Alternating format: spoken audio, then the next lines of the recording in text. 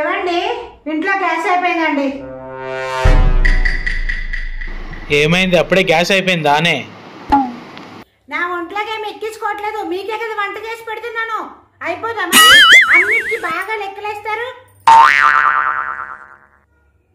సంసారం అన్నాక లెక్కలేయాలి, లెక్కలతోనే జీవితం ఉంటది.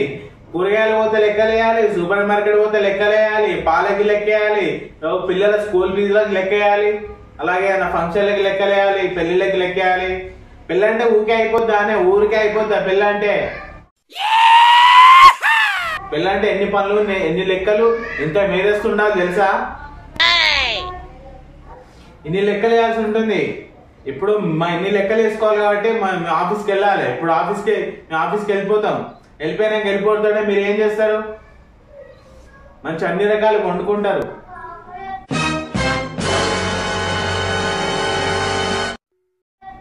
వండుకుంటారు, 2-3 రకాలు వండుకుంటారు, తినేస్తారు, కడుపు మీద తింటారు.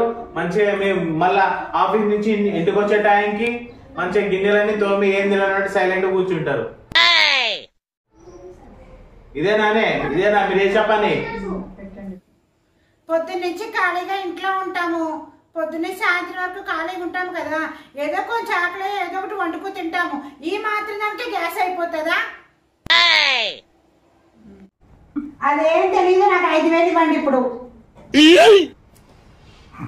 మీరు 5,000 బాగానే అడుగుతారు. ఇప్పుడు మేము స్కూల్ ఫీజులు కట్టి, ఇంటి కిరాయి కట్టి, కరెంటు బిల్లు కట్టి, టెలిఫోన్ బిల్లు కట్టి, కిరాణా సామాన్ కట్టి, కూరగాయలు తెచ్చి ఇవన్నీ చేస్తా అంటే ఇంకా నీకు 5,000 ఒకటా? మళ్ళీ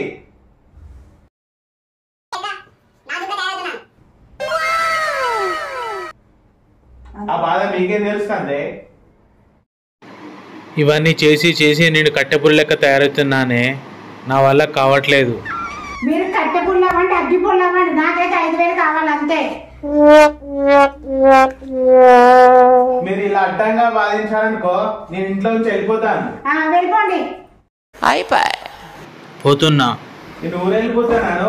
మీరు ఏమన్నా వేసుకోండి, సరేనా? వెళ్ళండి. మిమ్మల్ని ఎవరు ఆపుతున్నారు? వెళ్ళండి, మీరే వస్తారు. అదే అట్లనే అంటారే మీరు అట్లనే అంటారు, పొమ్మనే అంటారు. వెళ్ళండి, మీరు వెళ్ళండి. हे प्रभु हे हरि राम कृष्ण जगन्नाथ प्रेमानंद ये क्या हुआ?